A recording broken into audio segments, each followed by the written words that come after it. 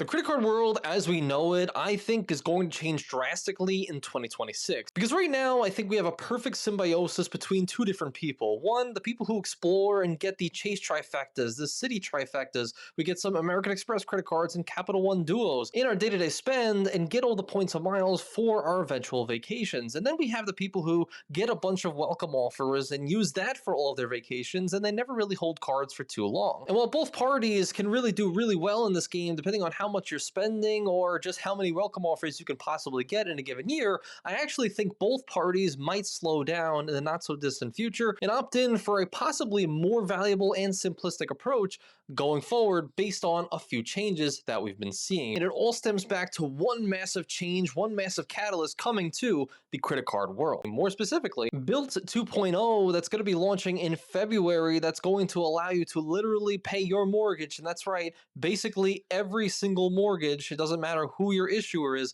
on your BILT credit card and allow you to earn points on all of that spend, which is absolutely revolutionary. And for statistics that show that 2/3 of US households own their homes, meaning they possibly have a mortgage, that means over 66% of people can possibly make use out of this new setup. Whereas once before, it was just for renters, and now there are certain other cards like the Mesa card starting to hit the market for all the homeowners. I think we're going to see a lot more of this going forward, and also factoring in the possible cards that they are going to come with in BILT 2.0 in just a few months on what categories and actual spend multipliers they are going to have. Like here, they show 2x back on groceries, dining, and gas for a card that has a $0 annual fee. Or like here on the $95 option, 3x back on dining, 2x on travel. There could be a lot of different options based on whatever the annual fee might be on these newer, higher end possible BILT cards that allow you to pay your mortgage directly or your rent. And so I think it's a huge wild card to not only factor in all of the possible money you could be earning on your mortgage on these certain cards, which already probably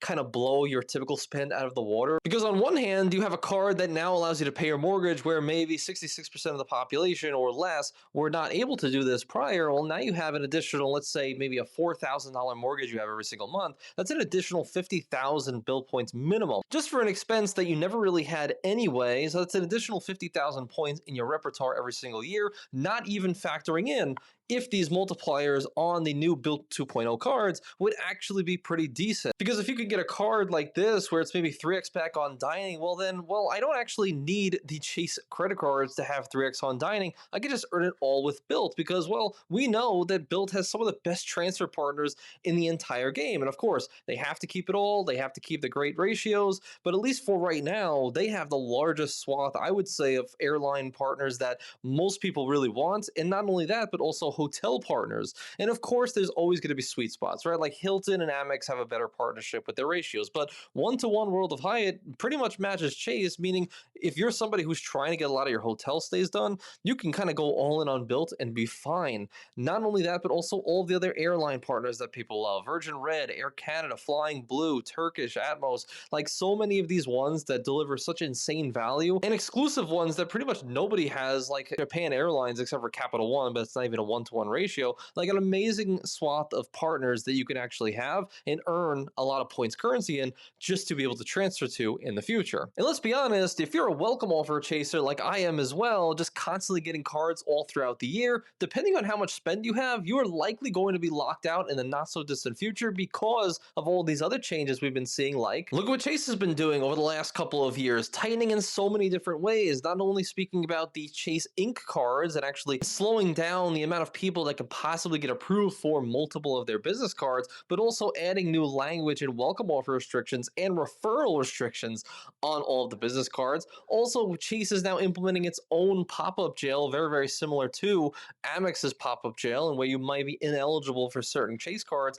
just based on whatever their back-end factors about you and your profile deem them to be an unprofitable customer to these banks. And so if you are an unprofitable customer, you're a churner, you're somebody getting too many cards in a short amount of time, well, then then you might be somebody too unprofitable to banks, and they're going to continue denying you for not only their cards, but also the welcome offers in and itself. And it's not just Chase. We also see Capital One adding new language, 48-month rule with the Venture card lineup, where now you can only get one welcome offer on either the Venture or the Venture X card. You can no longer double dip them like you were able to do just a month ago. Not even to mention the new Venture X limited time offer right here, where they actually increased the minimum spend requirement from $4,000 to $10,000, and they just gave you a few more months to do it, but an additional $6,000 worth of spend for the exact same miles that you would have gotten just a month prior. If you think that this minimum spend requirement is just a one-off thing, increasing it by over double the amount of spend to get the exact same amount of miles, I think you need to think again. I think all of these companies are starting to realize that there are so many churners out there, or so many people that remain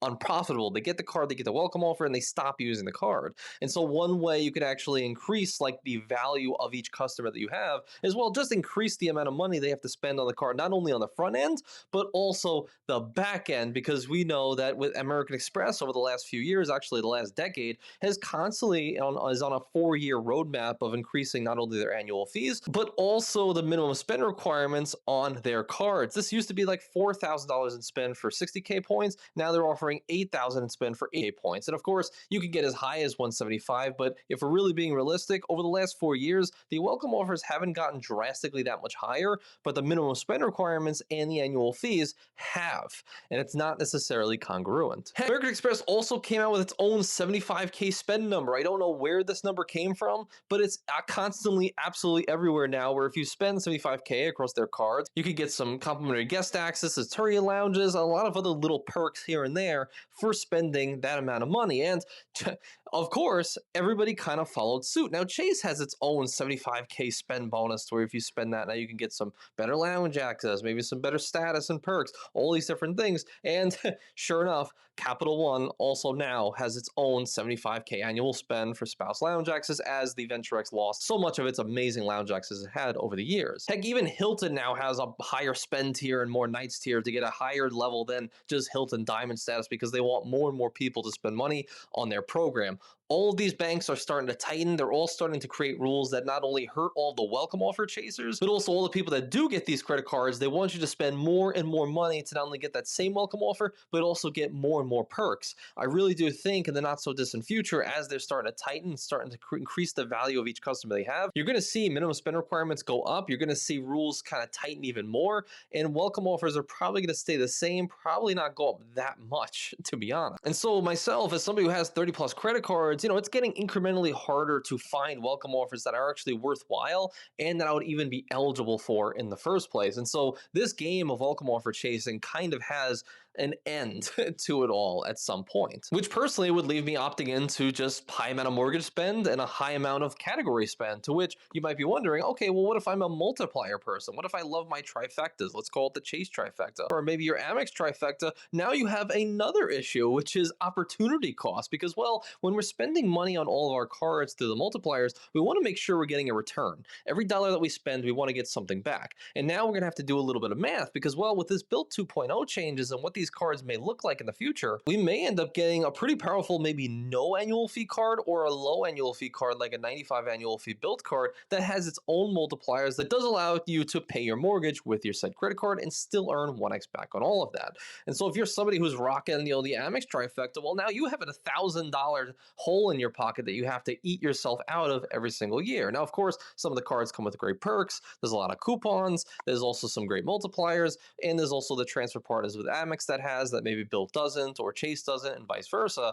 However, you really have to start thinking, where is my money best spent? Can I get some welcome offers with that additional $1,000 in annual fees? And can I spend all the rest of my money that I'm not chasing on welcome offers all towards one setup? And so the way I look at it is, BILT already has all of the transfer partners that I personally want in the next couple of years for all the destinations that I'm trying to go to, Hyatt included, but I'm talking more specifically airlines. And so if I'm going to earn on one program, why would I split my spend between, maybe 50K a year on my mortgage and then, spend, whatever the rest of my money all on my Chase cards? Well, if I can get a BILT card from these 2.0s that actually has comparable categories, like a 3x back on dining, well, I don't need a Chase card to earn 3x back on dining. I already do it with my one BILT card with the one ecosystem that I'm earning fully on anyway. Also, travel categories, 2x back on travel. I don't need, a Chase Sapphire Preferred with 2x travel if my BILT 2.0 card might already come out with that. And so, of course, this is all speculation. We don't know what these cards are going to look like in the future. And I'm not even factoring in like an additional 25% value on your mortgage like this high annual fee card. But if it's 550, I'm probably not getting it. But it's something to consider nonetheless. It's like, why would I split up my spend if I can have one card to kind of rule it all? I can spend on one card for my mortgage and all of my day-to-day spend and get all of the multipliers, all of the excess amount of points that I would ever want, and all of the transfer partners that I would ever want as well. And of course, execution risk. Can BILT maintain all these transfer partners? Can they maintain the one-to-one ratios? We'll see, but I think it's very, very interesting and also telling of all these other bigger banks on what they're doing to tighten things, while BILT is kind of segmenting and carving out their own market for 66% of the population that can now take advantage of it. And that's not to say that, something like a Chase could, with all of their amount of loan products they have out there with car loans and home loans, that they couldn't come out with their own credit card that allows for mortgage, right? We're starting to see Maze and all these other companies starting to get into the mortgage world. There's no reason to suggest they wouldn't also do that, but at least who's actually first and who's going to get your business in the next couple of months, right? Is it going to be BILT or is it going to be Chase? In my opinion, I'm probably going to go all in on BILT come, January, February, whenever they launch these 2.0 cards. Which, by the way, you don't necessarily have to wait for mortgages to come on the card in just a few months. I actually found out a way in my school community. You could see right here exactly how to pay your mortgage step by step, all in my community, which does have a free trial right now. So join that, go check out the actual community and all of the content that I have on there, as well as our live calls where we talk one-to-one on all things credit cards and travel. And that's not even to mention, literally like one of the biggest things in your entire life could be subsidized with the BILT program. And I think a lot of people overlook it because they think it's never going to work for them or you're never going to try it. But check out this guy on Reddit just a few hours ago. This guy says, another data point for BILT, earn points on your home purchase. So if you guys are unfamiliar, BILT has a program that gives you 1 point per $2 spent, not of your closing costs. That's incorrect. It's actually on the home price itself. The closing costs would be very, very low in the amount of points you'd actually earn. I mean, decent, but not crazy, but it's actually on the home purchase price. So if you, buy a $500,000 house, they will give you 1 point per $2 spent. So about 250,000 BILT points lump sum after you close. And they mentioned if you choose the realtor of their choice, which is the EXP realtor through their platform. So this guy actually did it. He said, I put my info in to BILT's website, and within an hour or so, I got an email from a BILT rep who contacted me with a local EXP realtor, which, technically I could be an EXP realtor. We'll see. Maybe I'll switch over. We signed the agreement, moved forward, and within a couple of days, submitted an offer on a house my wife and I were planning to go for. The rest of the transaction was just a standard real estate purchase. Absolutely. It took about 8 business days after closing for the 500,000 points to show up from my account, meaning that was $1 million house this guy bought, by the way, folks. Mr. Boomer, E30, killing it, $1 million house. 500,000 BILT points showed up in his account. And he said, I also ended up with airline status, Blade credit, platinum status, milestone rewards, and everything else that comes along with hitting the point at that level. That's actually pretty sick. I didn't know that the points that you earn on the home purchase would actually count towards the status levels. All the more reason that if you're somebody who is not already a homeowner and maybe you've been renting with BILT for a while and you have all these points, that you would actually just transition over to being a home buyer and do it with the BILT program. I myself am a realtor, not with EXP. I would actually urge you to just go with an EXP realtor or let me find you an EXP realtor. So this way, at least maybe I get a cut of the commission, but at least no cost to you, but you can still earn all of your BILT points on all of that. Like that's absolutely monumentally insane. And that's like, for this guy, for $1 million house, getting a $500,000 BILT points, I mean, what the hell? That's got like a ton of travels that you can do with that same currency. And then again, still on that $1 million house, maybe spending about at least maybe $6,000 a month, let's say, on his mortgage. I don't know how much he put down, but around $6,000 a month. I mean, that's an additional 72,000 BILT points that you could earn every year just by putting it on your mortgage. I mean, that's absolutely insane. So like, BILT, again, as I always like to say, if they can actually execute, they can own the entire credit card space. With the BILT 2.0 changes, I think a lot of people are going to dedicate their spend to BILT and actually towards Rakuten, because you guys know right now they have this partnership in which you could actually earn BILT points on all of your Rakuten spend. So if you spend, all of your money on Rakuten, where you can earn back, like 10% Viator, I always like to mention, or if you're somebody who buys points, you could get 1.25x back on your point spend, 10% PetSmart. These are always the ones that I actually end up using, but there's so many things that you can buy on a day-to-day basis in just your daily life. all on Rakuten, and all of that can be converted over to BILT points. I mean, that's absolutely insane.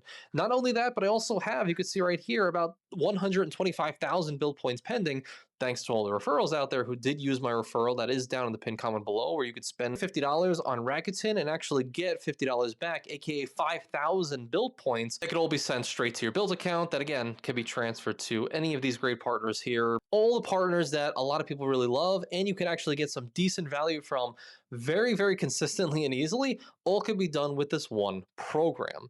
And so even though right now you could only transfer from your Rakuten account to your BILT account at a 1-to-1 ratio for the next 6 months, it is said that you will need BILT Silver status in order to retain that 1-to-1 ratio. But what I'm theorizing is when BILT 2.0 comes out and they allow for mortgage spend on all of their cards, they might come out with cards that state, hey, pay this $95 annual fee or $300 annual fee, who really knows, but get immediate BILT Silver status. And so that's going to give you a jump not only on obviously just all the multipliers that come along that card, and also allow you to pay your mortgage like 1x back on your rent and mortgage and earn all that spend that has now unlocked multipliers that people have never had before.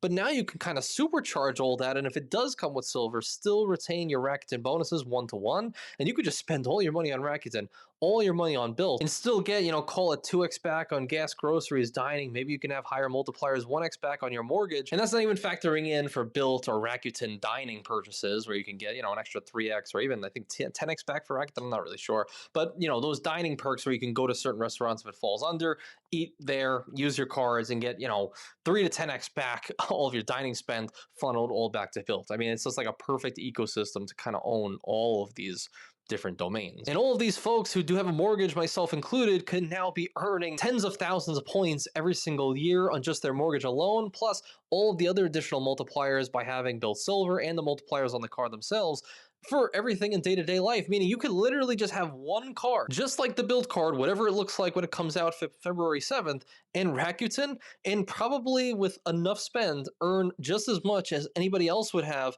on their trifectas, and any of these different ecosystems. Now, obviously, that is a tall claim because some of these multipliers can be upwards to 5x in certain categories, but if you really think about it, mortgage spend and unlocking that, plus all the different maybe 2x or 3x categories on all of your BILT spend, not even factoring in if there's going to be transfer bonuses in the future, I really do think BILT with mortgage has a real shot at really owning the entire niche and kind of being the one card that rules them all. I just think it's very telling right now with how much they've been tightening on just our whole game as a whole, the credit card points and miles game, our community, how they've been tightening all of the rules to disallow us to get welcome offers. I think it's fair to say that we should probably look to different avenues possibly in the future, if these things were to come about, on how to earn as many points as possible to still allow for our life-changing vacations. And so that's why I think it's very, very interesting. But outside of that, I also want to mention, at least for now, at least for a while, we still have some strong welcome offers, like some crazy, crazy welcome offers, like that American Airlines, spend 1,000, get 80,000 miles back and use that for some crazy travels throughout the world.